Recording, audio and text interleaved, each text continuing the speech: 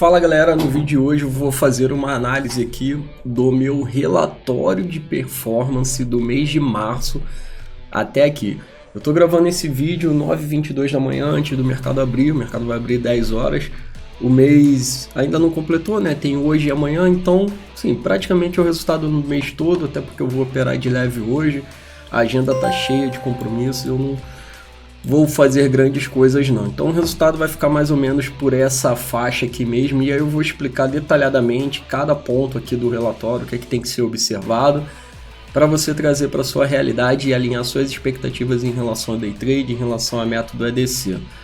Bom, primeira coisa, vamos lá. A gente está aqui na aba inicial, a aba do resumo do relatório. O que a gente já viu aqui? Saldo total líquido, né? Vou pegar até um iluminador aqui. Saldo total líquido. Vamos lá. Esse primeiro ponto aqui, ó. R$10.108. Bom, líquido para o Profit Chart. Aqui ainda não tem o custo de corretagem e emolumentos e todas aquelas taxinhas que a gente paga. No entanto, se você for lá no meu Instagram, eu fui postando diariamente o resultado, tá lá nos meus destaques, tem coisa também na feed, né, no feed salvo, você consegue ver as notas de corretagem, eu publiquei algumas. E durante o evento, na semana que vem, né, do lançamento da primeira turma do método, eu vou mostrar algumas notas de corretagem também. Então assim, a relação ali dos meus custos na XP, que todo mundo acha que é cara e não é, você pode negociar.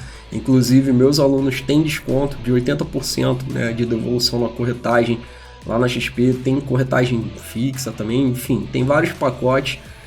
Então por uma nota, por exemplo, de R$500, que eu mostrava que hoje eu ganhei R$500, aí você no dia seguinte, quando a gente tem a nota lá de corretagem já com desconto, dava, tirando a corretagem, tirando tudo, sei lá, R$420, R$430 de lucro líquido. Então ainda vai sair só o que daí? Imposto, né? 20% de imposto de renda.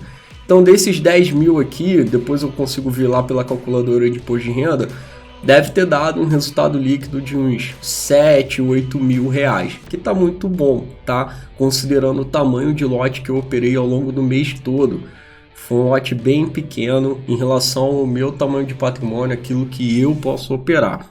Operei com esse lote ali de 1 kg mais ou menos por operação, 1000 unidades, que é muito simbólico, né? Um lote aí que muita gente utiliza, principalmente quem está começando e tem menos capital.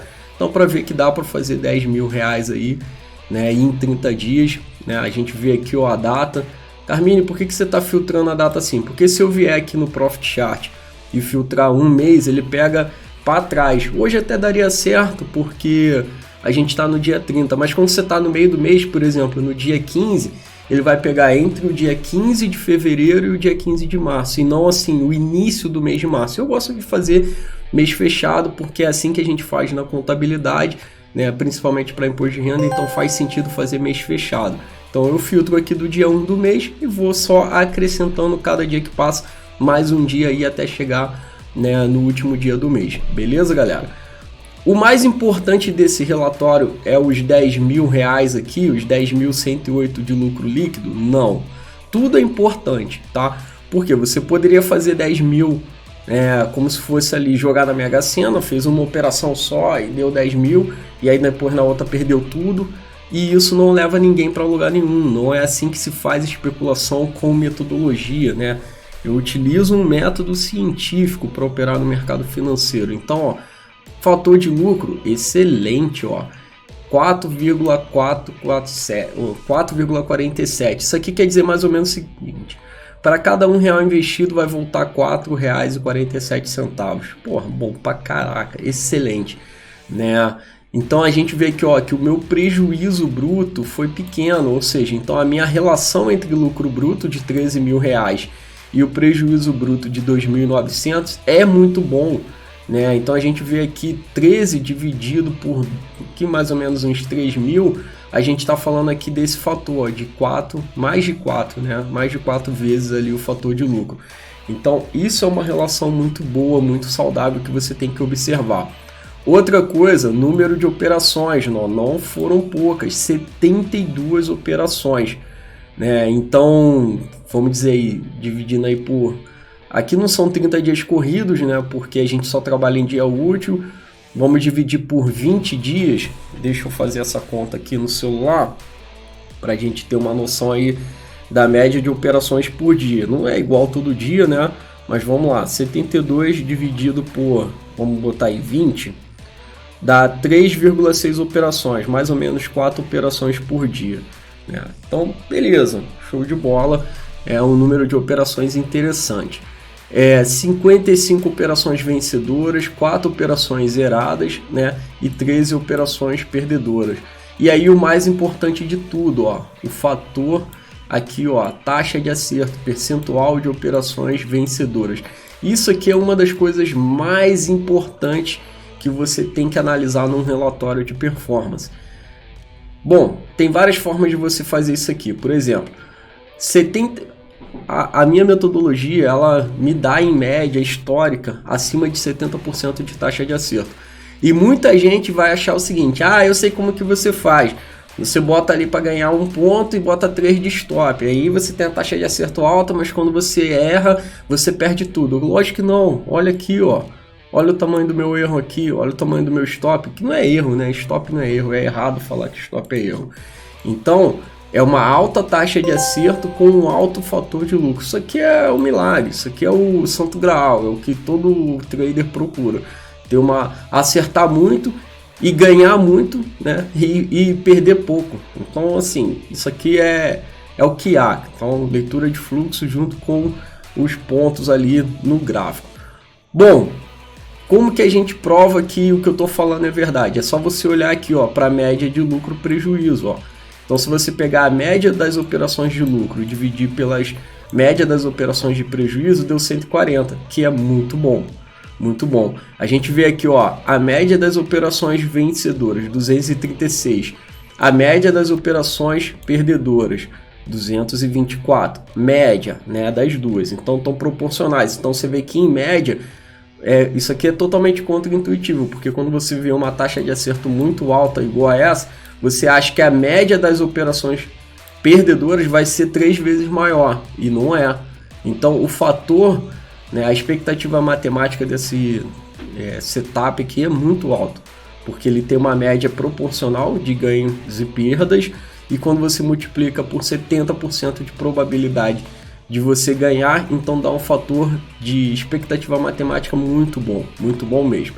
E aí, ó, a maior operação vencedora, R$ 1.486. A maior operação perdedora, 868. Novamente, né, totalmente contra aí o senso comum. A maior operação vencedora é quase o dobro da maior perdedora. Então não tem essa de médio para trás, de perder, não botar stop, não tem nada disso. É controle de risco o tempo todo. Outra prova, ó, essa prova aqui é cabal e matadora. Maior sequência de operações vencedoras, 20 operações em sequência. E você viu que é mais ou menos umas 4 por dia, então muitos dias só ganhando. E a sequência de operações perdedoras, ó, 3. Não são dias, sequência de operações, ó. Então, ó, maior sequência de operações perdedoras, 3, maior sequência de vencedoras, 20.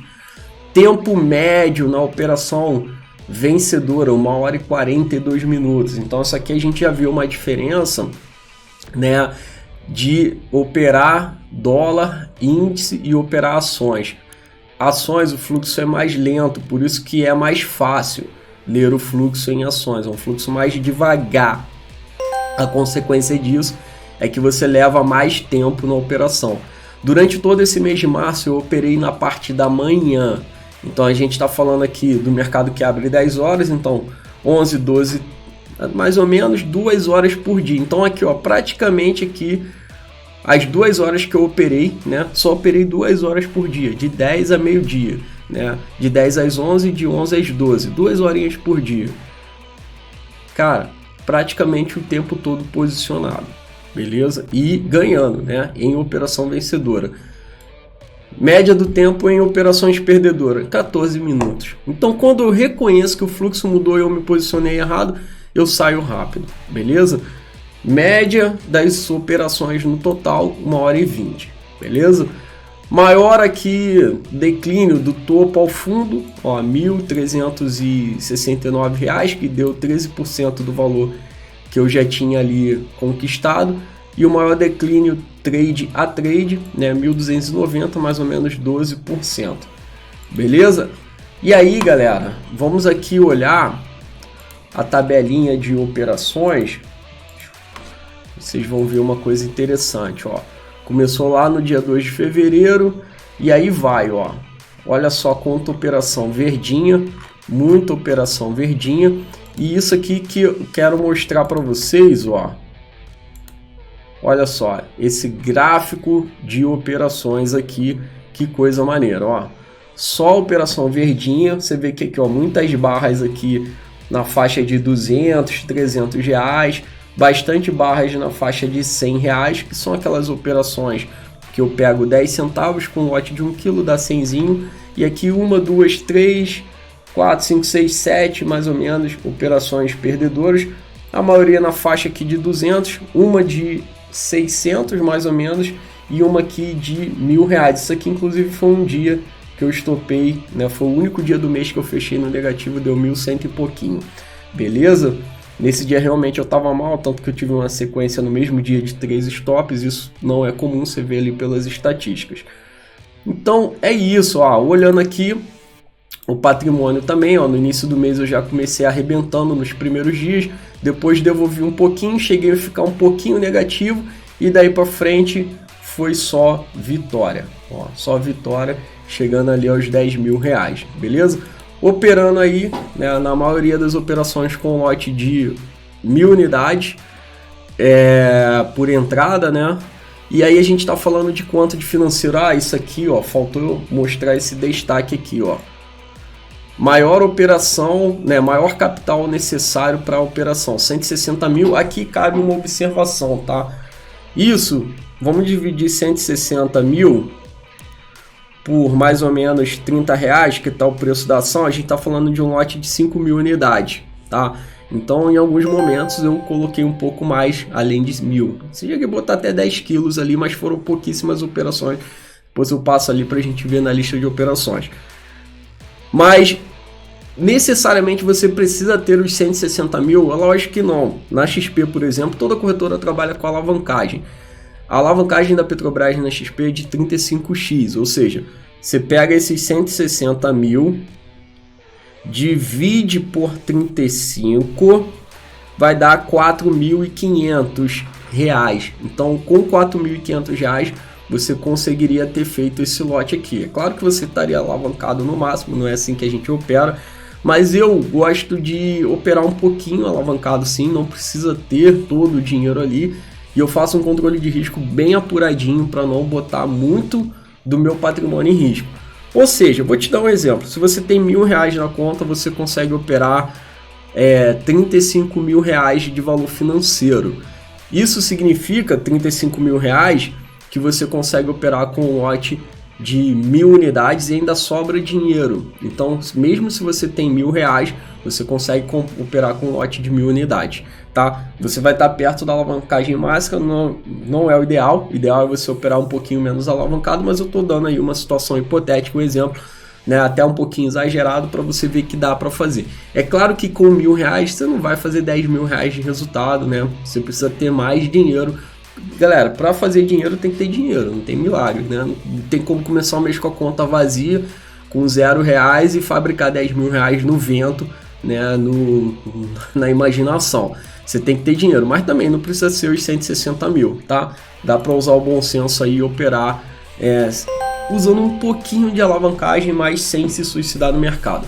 Valeu! Se você chegou até aqui nesse vídeo, eu quero te convidar a continuar estudando e eu deixei, ó, aqui na tela outros vídeos relacionados ao tema desse conteúdo que você acabou de assistir. Então, continue aprofundando seus estudos, clique aqui e assista mais um desses conteúdos que foi separado especialmente para você.